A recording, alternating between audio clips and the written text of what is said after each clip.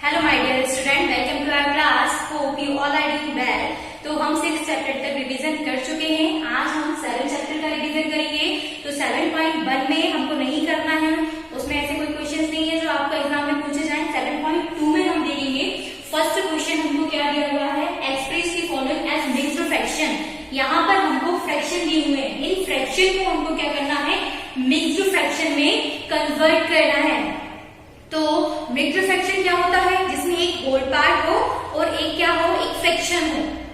तो mixed fraction क्या होता है, जैसा मैंने अभी आपको बोला 4 3/8, ये क्या है, मिक्स्ड फ्रैक्शन है। अब ये मिक्स्ड फ्रैक्शन कैसे है, मैं इनको बहुत अच्छे से आपको पढ़ा चुकी हूँ, अभी दोबारा एक बार शॉर्ट में समझा देती हूँ।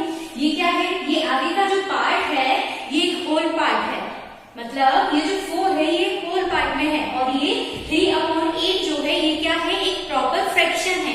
मतलब होल पार्ट और प्रॉपर फ्रैक्शन का मिक्स जो होता है उसको क्या बोलते हैं, मिक्स्ड फ्रैक्शन।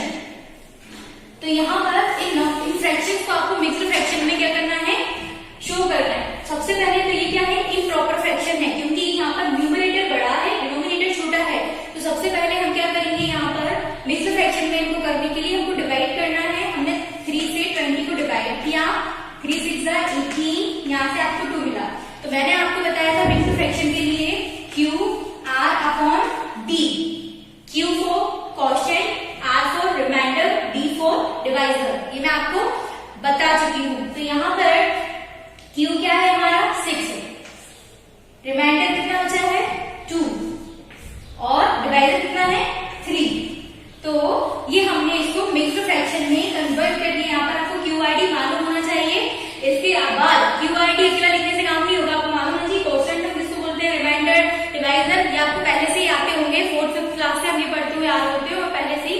तो इस तरीके से आपको करना है। सेम हम इस क्वेश्चन को करेंगे। 11/5 दिया हुआ है, 5 से 11 को डिवाइड करेंगे, 5 2 10, अपॉन में आपको मिला 1। सेम QID लगा देंगे।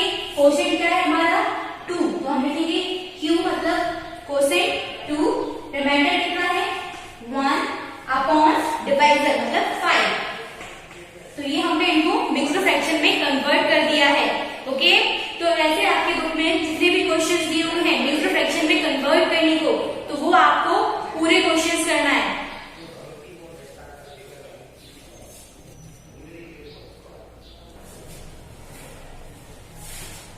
तो आपको समझ में आ गया होगा कि अगर हमको इम्प्रॉपर फ्रैक्शन दिया उसको मिक्स्ड फ्रैक्शन में किस तरीके से हम कन्वर्ट करते हैं। तो आप देखिए आपके बुक में एग्जाम्पल क्वेश्चन दिए तो भी करिए, क्योंकि जरूरी नहीं है अगर यहाँ पर आपको 11/5 दिया है तो आपको क्वेश्चन पेपर में भी 11/5 भी पूछा जाए। हो सकता है इसके डिजिट चेंज कर दिए जाए, लेकिन क्वेश्चन यही होगा कि आपको इनको मिक्स्ड फ्रैक्शन में कन्वर्ट करना है। तो आपको ये अच्छे से करके देखना है, प्रॉब्लम आती है मुझसे पूछ सकते हैं। नेक्स्ट क्वेश्चन देखते हैं। थर्ड क्वेश्चन हमको दिया हुआ है, इसी में express the following as improper fraction. अभी हमने क्या किया, इम्प्रॉपर फ्रैक्शन से उसको मिक्स्ड फ्रैक्शन में कन्वर्ट किया। अब यहाँ पर हमको मिक्स्ड फ्रैक्शन दिया हुआ है और हमको इम्प्रॉपर फ्रैक्शन में कन्वर्ट करना है। तो कैसे करेंगे हम इसको, देखिए यहाँ पर एक हमको होल पार्ट दिया हुआ है, एक हमको प्रॉपर फ्रैक्शन दिया हुआ है। तो जो हमारा प्रॉपर फ्रैक्शन है उसमें हम न्यूमरेटर और डिनोमिनेटर इनको देखेंगे सबसे पहले। तो जो आपका डिनोमिनेटर है उसका इंटू करेंगे आप होल पार्ट में, और इंटू करने के बाद उसको न्यूमरेटर में आप प्लस कर देंगे। क्लियर, आप चाहो तो इस तरीके से भी लिख सकते हो, denominator multiply by whole, whole को मैं W से प्रेजेंट कर रही हूं यहाँ पर, प्लस न्यूमरेटर अपॉन डिनोमिनेटर। ठीक है, क्या करना है आपको, DW प्लस N/D, इतना आपको याद रखना है। जब भी आपको मिक्स्ड फ्रैक्शन दिया होगा तो आप उसको इस तरीके से एक प्रॉपर फ्रैक्शन में इम्प्रॉपर फ्रैक्शन में उसको कन्वर्ट कर सकते हैं। तो यहाँ पर देखिए हम इसके थ्रू करते हैं। डिनोमिनेटर हमारा 4 है, मल्टीप्लाई होल पार्ट हमारा 7 है, plus numerator 3 upon denominator 4, 7 4 28 plus 3 upon 4। तो यहाँ पर कितना मिला हमको, 28 प्लस 3 कितना हुआ 31। तो हम यहाँ लिखेंगे 31/4।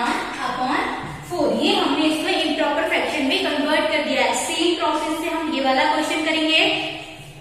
तो आपको ये याद, जिनको डायरेक्ट करना आता है वो कर सकते हैं।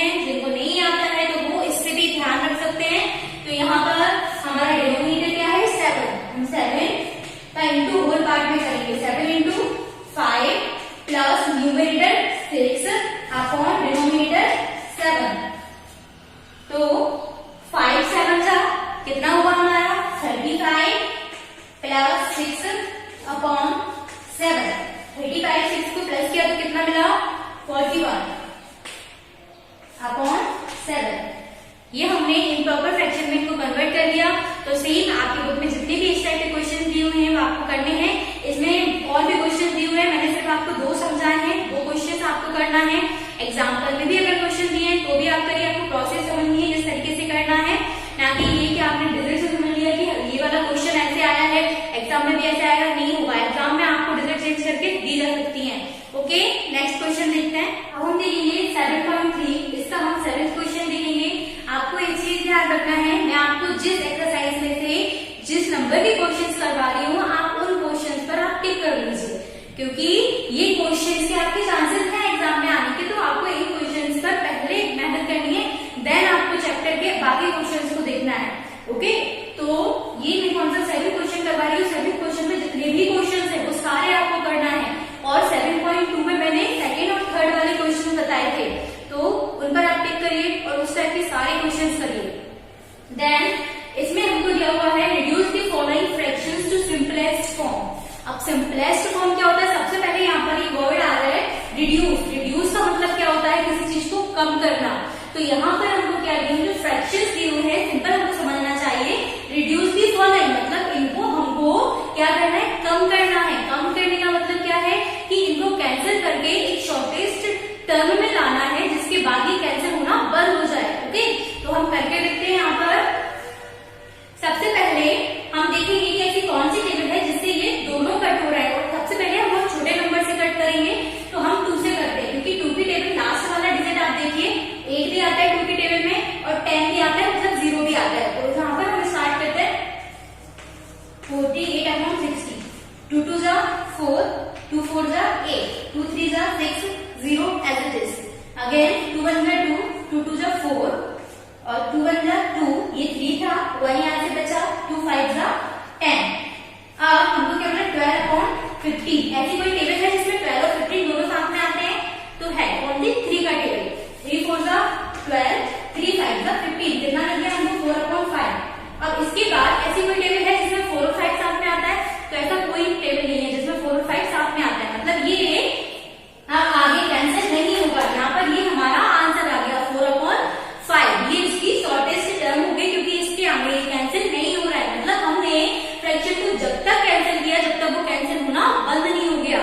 तो ये रिड्यूस टर्म हुआ ना इसका, यहाँ पर फ्रैक्शन 48/60 था, यहाँ पर 4/5 आ गया। तो ये हमने क्या किया, उसको कम किया, रिड्यूस किया, ये इसका शॉर्टेस्ट टर्म है। ओके, सेम हम इस क्वेश्चन को करेंगे। यहाँ पर क्या दिया हमको 150/6। हम चाहे तो 0 से 0 भी डायरेक्ट कट कर सकते हैं, और अगर किसी नंबर से कट करें तो वो भी कर सकते हैं। ऐसे 150/60, सबसे पहले हम 2 से कट करते हैं। 2 7 जा 14, 15 में से 1 बच गया, 0 के आगे लगा 10 हो गया, 2 5 जा 10। देन 62 कट करते हैं 2 से, 2 3 जा 6, 0। और आप जब फ्रैक्शन को कैंसिल करते हैं तो एक ही नंबर से करेंगे कैंसिल, ऐसा नहीं कि आपने न्यूमरेटर को 3 से कर दिया और डिनोमिनेटर को 2 से कर दिया, ऐसे नहीं। अगर आप 2 से कट कर रहे हो तो दोनों 2 से कट होंगे, 3 से कर रहे हो तो दोनों 3 से कट होंगे, इस तरीके से करना है। हमको क्या मिला 75/30। इसको कट करते हैं हम। अब देखिए यहाँ पर ये 5 है और ये 0, 0 तो 2 की टेबल में आ जाएगा, बट 5 2 की टेबल में नहीं आता है। अब हमको ऐसा नंबर देखना पड़ेगा जिसमें 5 और 0 दोनों साथ में आते हो नंबर में। वो किसका टेबल है, 5 का, क्योंकि 5 की टेबल में 5 भी आता है और 0 भी आती है। तो हम कट करेंगे 5 1 जा 5, 7 में से 5 कट हुए, 2 बचे, 5 5 जा 25 और 5 6 जा 30। कितना मिला हमको 15/6। अब ऐसा कोई टेबल है जिसमें 15 और 6 दोनों आते हैं, तो वो 3 का टेबल है। 3 5 जा 15 और 3 2 जा 6, कितना मिला हमको 5/2। और ऐसी कोई टेबल नहीं है जिसमें 5 2 साथ में आते होंगे, ये नंबर आगे कैंसिल नहीं होगा, ये इसका शॉर्टेस्ट टर्म हो गया। Today's class is over now. मैंने जितने आज क्वेश्चन कराए हैं 7 चैप्टर में से, यही क्वेश्चन आपको बहुत अच्छे से करना है सबसे पहले, इसके बाद